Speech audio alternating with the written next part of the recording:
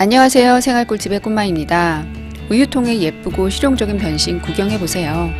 식물 키운다고 화분 여러 개 샀는데 괜히 샀다 싶어요. 주방세제 적게 사용해야 하는 이유 아시죠? 기름기 잔뜩 있는 후라이팬도 세제 한 번만 펌핑해서 뽀득뽀득 설거지할 수 있어요.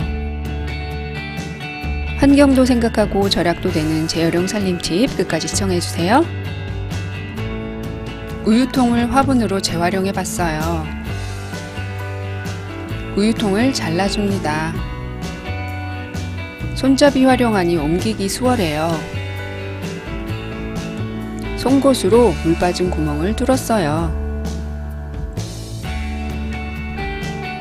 식물에 주려고 계란 껍질 모았어요.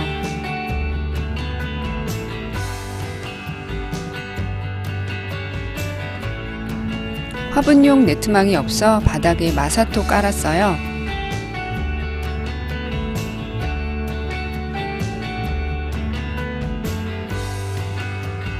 우유통에 식물 심어 놓으니 너무 예쁘죠? 물을 언제 주었는지 적어 놓으면 화분 관리가 수월해요. 손잡이가 있어 화분 옮길 때 편리하더라고요. 작은 식물들은 저렴하기도 하지만 키우는 재미가 있어요. 겨울이라 일부 식물들 거실에 들여놓았어요. 손잡이에 후크 걸어 행잉 플랜트로 사용하니 예뻐요. 키우기 너무 쉬운 스킨답소스는 벽에 걸었어요.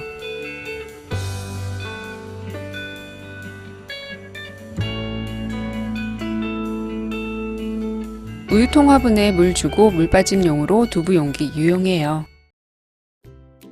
설거지하다 거품이 안 나서 주방세제 여러 번 꾹꾹 누르게 되죠. 주방세제 많이 사용하면 해롭다고 하는데 이렇게 사용해보세요. 빈 용기에 물 약간, 주방세제 한 번 꾹, 베이킹소다 섞어보세요. 용기에 있는 세제만 사용해 설거지해도 충분해요.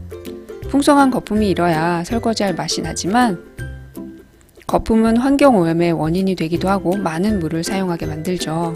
게다가 주방세제 잔여물이 그릇에 남아 우리가 섭취하게 된대요. 그러니 필요한 경우에 조금만 사용해야겠죠. 기름기 잔뜩 묻은 그릇 어떻게 설거지하세요? 버리는 옷을 1000조각으로 만들어 기름기 설거지할 때 사용해보세요. 1000조각으로 기름기를 닦아내고 설거지하면 수세미 오염도 줄이고 물이나 세제를 적게 사용해도 되어 좋아요.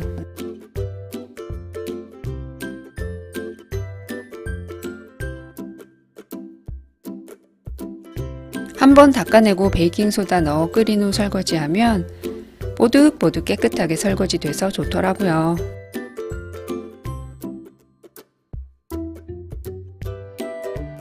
주방세제 한번 펌핑하고도 용기에 남은 세제는 싱크대 청소용으로 사용했어요. 싱크대는 자주 청소해도 금방 지저분해지더라고요. 깨끗한 싱크대 보니 기분이 좋네요. 오늘 하루도 행복하게 보내세요.